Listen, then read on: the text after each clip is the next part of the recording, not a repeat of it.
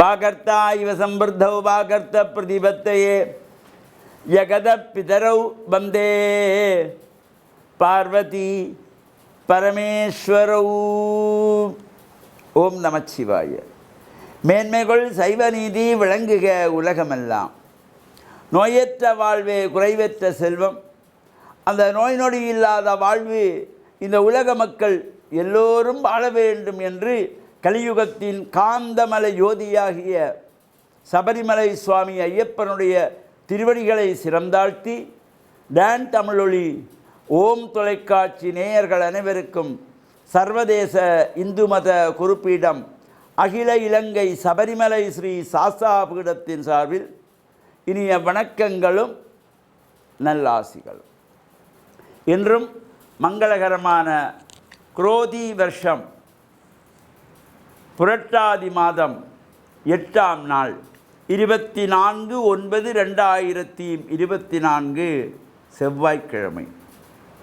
இன்று மலர்ந்திருக்கின்ற இன்றைய பொழுதும் நம் எல்லோருடைய வாழ்விலும் எல்லா விதமான சிறப்புகளும் வெற்றிகளும் கிடைக்க வேண்டும் என்று பிரார்த்தித்து இன்று மங்களவாரம் என்று போற்றுகின்ற செவ்வாய்க்கிழமை. இந்த செவ்வாய்க்கிழமைகளிலே அம்பாளை வேண்டி வழிபாடு செய்வது, ராகுகால நேரத்திலே துர்கா பூஜை செய்வது என்பதெல்லாம் ஒரு சிறப்பை தரக்கூடியது. ஜாதக ரீதியாக செவ்வாய் தோஷமுடையவர்கள், காலசர்ப்ப தோஷமுடையவர்கள், புத்திர தோஷமுடையவர்கள், நாகதோஷமுடையவர்கள் இவர்களெல்லாம் இந்த செவ்வாய்க்கிழமைகளிலே தொடர்ச்சியாக 9 வாரம் 9 செவ்வாய்க்கிழமைகள் இந்த விரதம் இருக்க வேண்டும். அவ்வாறு விரத அனுஷ்டானத்திலே இருக்கின்ற பொழுது இந்த ராகு கால நேரத்திலே எலுமிச்சம்பழத்திலே விளக்கு ஏற்றி வழிபாடு செய்து குங்குமார்ச்சனை செய்யப்படுகின்ற பொழுதிலும் எல்லா விதமான சிறப்புகளும் கிடைக்கக்கூடியது. இப்பொழுது இந்த நம் முன்னோர்கள் பித்திர்களுக்காக நாம் செய்கின்ற மாலைய சிரார்த்தம் நடைபெற்று கொண்டிருக்கின்றது.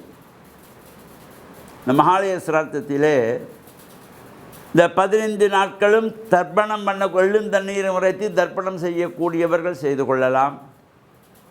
அது முடியாதவர்கள் அந்த சிறப்பான நாட்கள் இந்த நாட்காட்சிகளிலே குறிப்பிடப்பட்டிருப்பார்கள். மகாபரணி, கபில சஷ்டி, நேற்றைய தினம் கபில சஷ்டி, நாளைய தினம் மத்திய அஷ்டமி. இந்த அஷ்டமியிலே மத்திய அஷ்டமியிலே செய்யப்படுகின்ற பொழுது ஒரு தனித்துவமான சிறப்பு. நமக்கு மறைந்த முன்னோர்களுடைய திதிகள் தெரியவில்லையானால் இந்த மகாலய சிரார்த்தத்தை இவ்வாறான சிறப்பான நாட்களில் செய்து கொள்ளலாம். நாளைய தினம் மத்திய அஷ்டமியிலே செய்து கொள்ளலாம்.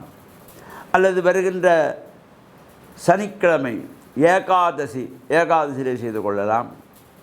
ஞாயிற்றுக்கிழமை சந்நியச மாலயம் அதிலே செய்து கொள்ளலாம். அது முடியாதவர்கள் அமாவாசையிலே கண்டிப்பாக விரதம் இருந்து தர்ப்பணங்கள் செய்ய வேண்டும். அந்த பித்திருக்களை எண்ணி நாம் பிரார்த்தனை செய்வதற்கு ஒரு சிறந்த காலம் இந்த மகாலய பட்சம் என்கின்றதாகிய இந்த 15 திதிகள். ஒரு மாதத்தில் 2 பட்சம். ஒரு பட்சம் என்பது 15 நாட்கள்.